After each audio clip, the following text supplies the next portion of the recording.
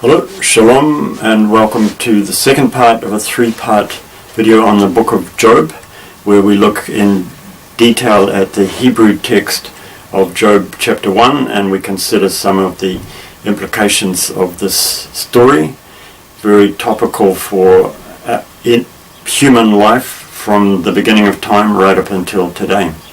ויאמר יהוה אל השטן מאין תבוא ויען השטן את יהוה ויאמר משוט בארץ ומהתהלך בה. Okay, and said Yahweh to Hasatan, to the accuser. Interestingly, we note in 1 Chronicles chapter 21 verse 1, the article is not used, indicating it was by then a proper name. If so, it wasn't used with the da, it just has Satan. So by then it's become a name, Satan, Satan, the name. But here we have the Satan, so that is probably best translated as the adversary, the enemy. So God's question, from where, Tavor, have you come? Wayaran Hasatan, and he answered, the adversary, Eth Yahweh, object, Yahweh, he answered Yahweh, and he said, typical Hebrew way of saying it, and he answered, subject, object, and he said, from prowling. Now this is interesting, I'm sure that this is a deliberate feature as well. The word that's put into Satan's mouth here echoes his own name. See the similarity. Even though this is a sh with the dot on this side, it makes it a sh. With the dot on that side, it makes it a s. But this consonant is the same, and this is pretty certainly deliberate. That's what Satan does, and I've translated prowls. Other translations might say roams, but prowl is perhaps striking the right note in terms of his motives and his aims as he goes up and down in the, this is really carried together, in the land. And from walking, so the basic root for walk is halach, and with this his part in front of it, it indicates a repeated action. Bah, in it. So that's what Satan does all the time, prowls up and down the land. وَيُمِرْ Yahweh el Hasatan Samta livka. Have you, so this makes a question. Samta, have you put your heart, in other words, have you taken note, have you noted, ral, upon, again this word ral, have you noticed, or have you taken note of my servant? Again, this is a common word, yavet, meaning to work or to serve, and here it's a noun, servant, Yov. So, interestingly here, Yahweh takes the initiative in the conversation, speaks first. Satan doesn't dare speak until God speaks to him first. And it's also God who brings up the subject of Job with Satan. Very interesting. So this is all this is happening very much on God's initiative, not Satan's, but God's. כי אין כמוהו בארץ איש תם וישר ירא אלוהים ושר מרע. So this is God carrying on talking to Satan. For not kamohu, like him.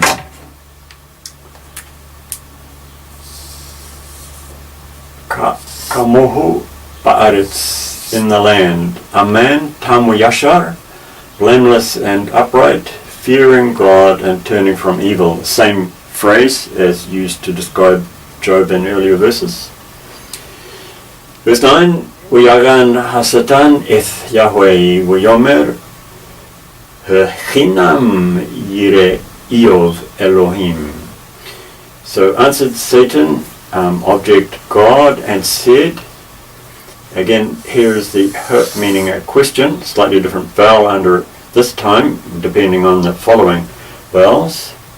Chinam is for nothing, or traditionally translated in vain. Fears Job God. Again, typical Hebrew order, verb, subject, object. So the NIV translates, does Job fear God for nothing? Satan replied. The NLT translates, has taken out the question.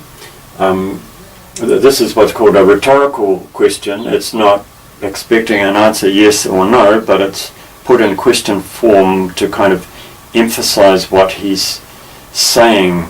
We use them a little bit in English. We might say, have you quite finished? When we're annoyed with somebody for doing something. So it's not really we're asking them a question, have you finished, yes or no, but it's say, have you quite finished? Meaning, you've gone on far too long, I'm annoyed with you.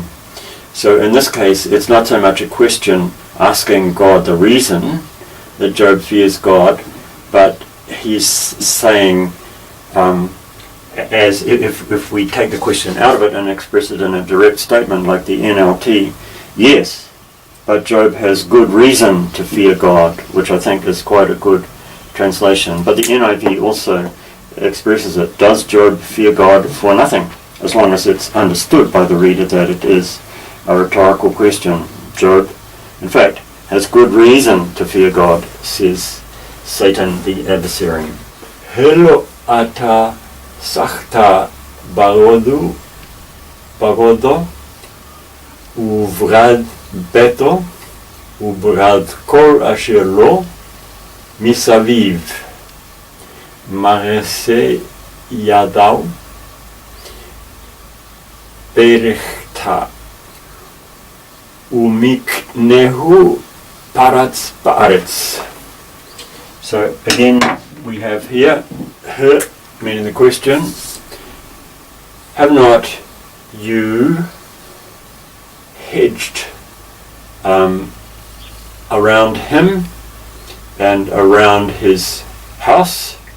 And so bet is the normal word for house, first approximation, house, but in this case meaning family. In English you might say household. His whole extended family here is in view. And around kol asher lo, all which is his, misavav, surrounding. Marase, here again is this word bahasa, meaning to do or to make, made into a noun by this M in front of it.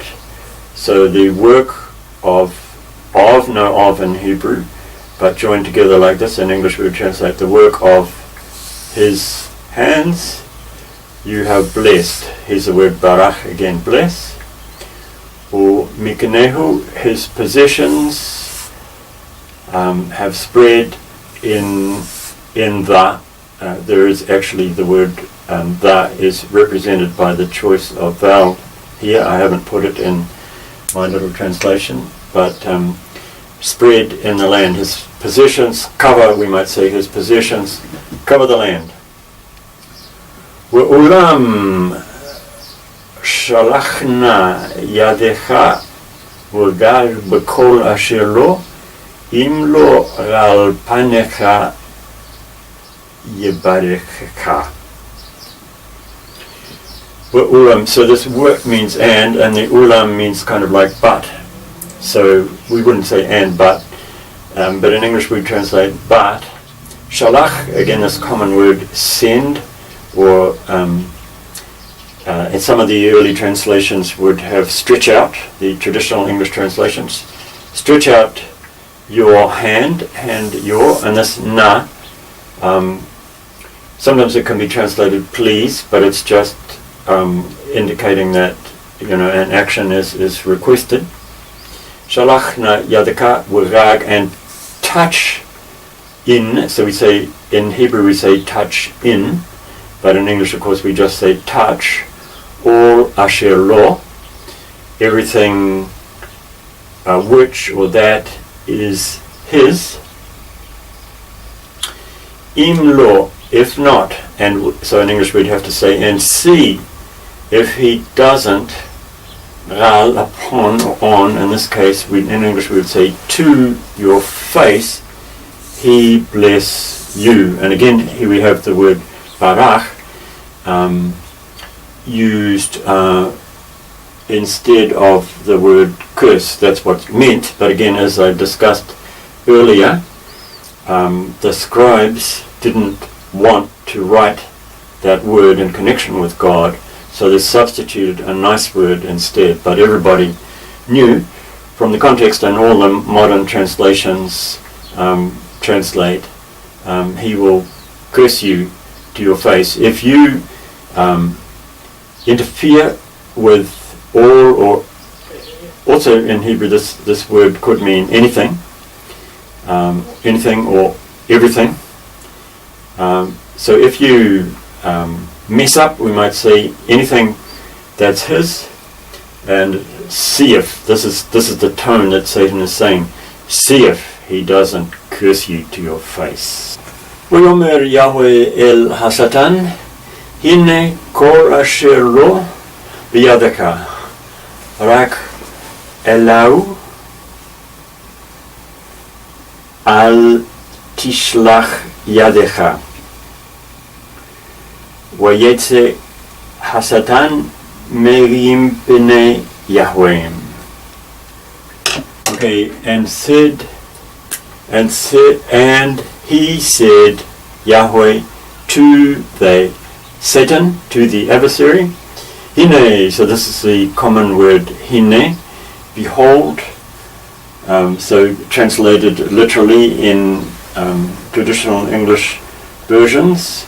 Some modern versions might say see, all which is his is in your hand. Rak, only to him, not send your hand. So God is saying, okay, in your hand, in your power, I've placed all that's his, but only, probably in English we just say but, don't touch him, his person. Wa yetze, and he went out, so this word means go out, the enemy, from with the face of, no, that's not really of, that, but these two words joined together, it's called the construct form in Hebrew, puts the two words together and slightly alters the form of the first word frequently, and in English we translate the face of Yahweh. And in fact here, face is the first approximation, and here we would say the presence. The enemy went out from the presence of Yahweh.